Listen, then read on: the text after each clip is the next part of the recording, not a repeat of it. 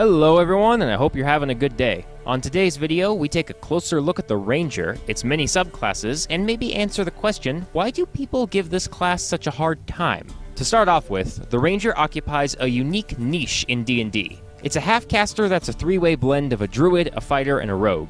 They have decent stealth and survival skills, they can take fighting styles, they get extra attacks, they have spells to add to their arsenal. It stands proud as it got every single D&D merit badge there is. The Ranger is a generalist, but the lack of specialization means that it really feels the power creep from other classes, especially at higher levels. The Rangers will start to see the rogues, fighters, and druids outpace them in their respective skill sets, which can make Rangers feel weak by comparison. This often leads to feelings of frustration by new players who picked the class because they wanted to be Fantasy Orlando Bloom. Being a generalist means that it's easier to play and get all your pieces in order. And I put it right up there with the Paladin as one of the classes that is perfect for new players that are just learning the ropes of the game. You can fight in the front lines, you can use magic, you can heal, or you can be the classic Ranger Archer. You'll fit right in with almost any party.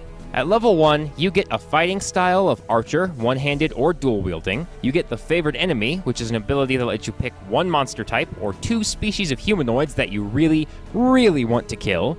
You can speak their language, track them down with ease, and recall information about them. Oddly enough, you do not get a damage bonus when fighting these creature types, as Favored Enemy is less about killing and more about tracking and studying. A real missed opportunity there. Right after Favored Enemy is Favored Terrain, which gives me feels of I'm not mad, I'm just disappointed. The good side is that you get so much for this one ability. Never getting lost, ignoring difficult terrain, immunity to surprise attacks, and more. The handicap, and boy is this a big handicap, is that these abilities only apply to one type of chosen terrain, but at higher levels you get to choose one more. That's it, you get two.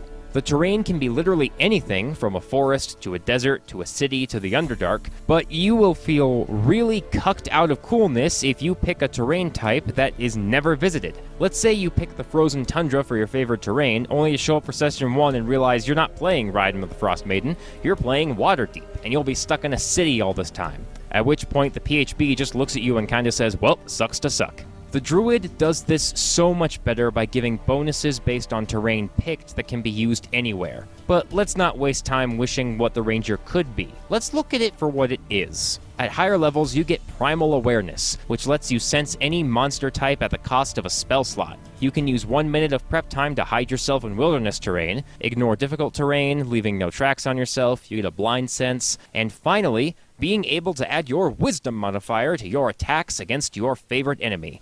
Oh, so you do get that damage bonus after all. You just needed to wait until level 20! I'm sorry, I didn't mean to raise my voice. It's just the Ranger, man. The Ranger. These abilities lead to a very mobile fighter that specializes in guerrilla warfare.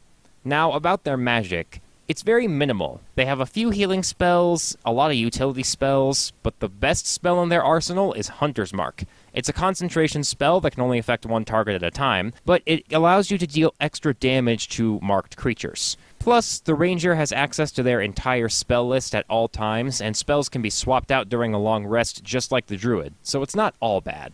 Now it's time to move on to the subclasses of the Ranger called oh god damn it, come on guys. Okay, I'm gonna call them conclaves. Just like everyone else and the Ranger's revised UA, I'm gonna call them conclaves. Come on, they need something.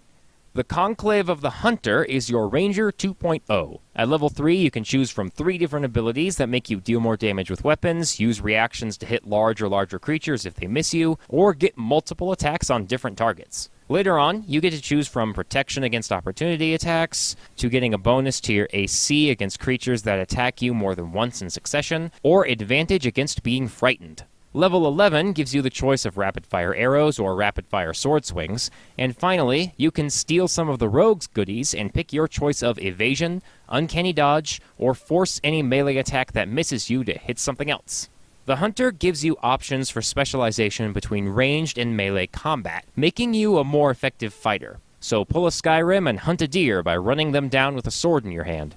The Conclave of the Beastmaster gives you what any Ranger player demands, a wild animal for a pet. At level 3, you get a Beast Buddy of CR 1/4 or lower. It obeys your commands, acts on your initiative, and you can use your action to make it do whatever. and if your beast dies, you can get a new one in 8 hours, provided you take extra time to actually finding a beast that meets the requirements. Later on, you can use a bonus action to command your good boy to dash, disengage, dodge, or help as long as it doesn't attack. The animal gains an extra attack, and when you cast a spell that targets you, it can apply to your beast as well for free. My main issue with this is that you have to give up your own actions if you want your beast to actually be useful, and all of the extra feats don't do much in the way of making your pet any stronger or more impressive. But for all my griping, it does feel cool to have a panther do whatever I tell it to do. The conclave of the Gloom stalkers is the ranger's answer to the rogue in full. You get an additional 10 feet of movement speed and an additional 1d8 damage on your first turn, and only your first turn. You get dark vision out to 60 feet, or add 30 feet onto already existing dark vision. You are invisible while in darkness. You get proficiency in wisdom, intelligence, or charisma saves. You get a free extra attack if you miss with the weapon, and you can force disadvantage onto anything that tries to attack you. The Gloomstalker is a cool concept, but once more feels a bit restrained by what I am now calling Ranger-itis. Cool ideas that fall short of being awesome because the restraints imposed upon them are seriously hindering their effectiveness. But pick a Gloomstalker if you want to feel like the Hunter in Darkness. Horizon Walkers, on the other hand, are so cool. You are basically a ranger, but for other planes of existence. Like a warden of the material realm, you hunt things not of this world. You get additional spells, the ability to detect planar portals within 1 mile, a bonus action that turns all damage into force damage, with an extra 2d8 stacked on top. You can cast Etherealness as a bonus action, and finally, you can use your reaction to give yourself resistance to all damage whenever you get hit. This is what I'm talking about. A ranger whose abilities are useful regardless of conditions. The Conclave of Monster Slayers is a return to form. In addition to more spells, you can magically discern the weaknesses of any monster you come across, and a bonus action to deal an extra 1d6 damage to any one creature you can see within 60 feet of you. Later on, you add 1d6 onto any saving throw the big bad monster may force you to make. You can force any spellcasting or teleporting monster to make a saving throw against their own spell, and if it fails, then their spell fails and their teleportation doesn't go off. And finally, if your chosen target forces you to make a saving throw, you can attack it as a reaction. If your attack hits, you automatically succeed the save. The Monster Hunter is a single target DPS kind of ranger. All its abilities assume you're focusing down on one monster at a time, but you can swap targets whenever you want. The Monster Hunter is good for those who want that Geralt experience. Now we're getting into Tasha's guide, and I feel it important to go over the changes made with this book. The Ranger now has more skill proficiencies, an increased walking speed, climbing speed, and swimming speed, an action to grant you temp HP equal to 1d8 plus your wisdom mod, the ability to heal exhaustion on a short rest instead of a long one. Your favorite enemy gets a buff with favored foe, allowing you to deal an extra 1d4 damage to your favorite enemy. And you can mark enemies up to a number of times equal to your proficiency bonus, with the damage increasing to 1d8 at higher levels. You also get new fighting styles with blind fighting, thrown weapon, the ability to use cantrips as a fighting style. You can use druidic spellcasting focuses, and your spells for your primeval awareness are changed. You can use a bonus action to become invisible a number of times equal to your proficiency bonus, replacing your hide in plain sight feature. These are good revisions, and you won't hear me complaining. I'll take what I can get when it comes to the Ranger. And I'm sad I have to say that.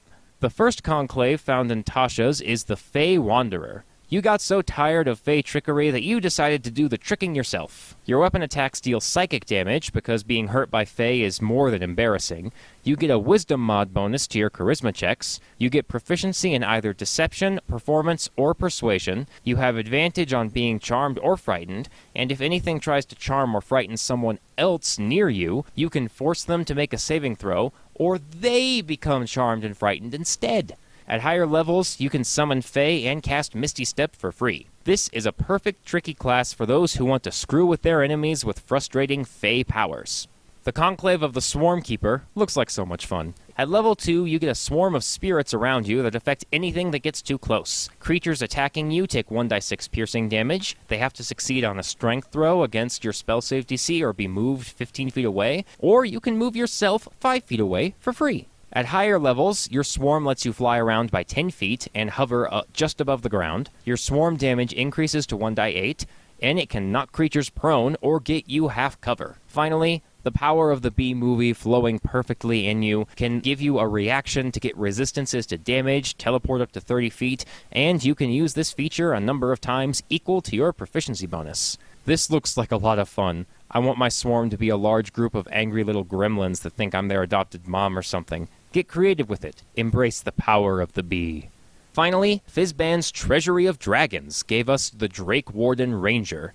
At level 3, you can speak Draconic and one additional language of your choice. You get the Thaumaturgy cantrip for free, and a Drake Companion. The Drake is a small dragon-like spirit that you can summon as an action. It shares your initiative count, but unlike the Beastmaster, the Drake takes its own actions, freeing you up to do whatever you want. The Drake Spirit has a bite attack and the ability to inflict elemental damage to the attacks of yourself or your companions. The element dealt depends on what element you wish to give your Drake. And this is not a permanent choice. Every time you summon your Drake Spirit, you can actually change the element you want it to have. So, if fire wasn't working out, maybe switch to ice. And if the Drake dies, you can just summon it again after a long rest or by spending a spell slot. At higher levels, your Drake gets wings and a flying speed. It grows to medium size and can be used as a mount, although it cannot fly while you're riding it. The Drake's bite attack deals an additional 1d6 elemental damage of your choosing, and you get the resistances to any damage type bestowed upon your pet dragon.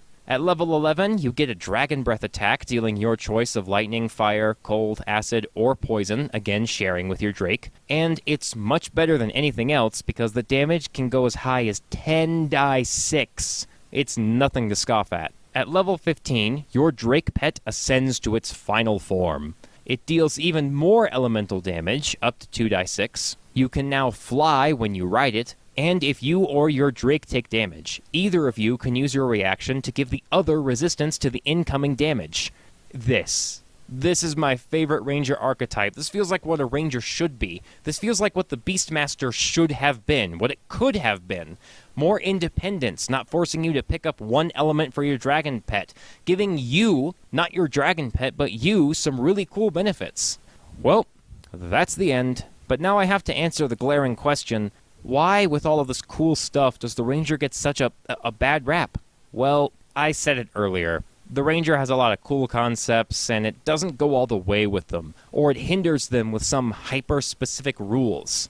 Like, conditions have to be perfect if you want your Ranger to shine completely. In short, my feelings for the class as a whole, disregarding the subclasses, can be summed up in one phrase. I'm not mad. I'm just disappointed. But don't let my words discourage you from playing a Ranger if you want to.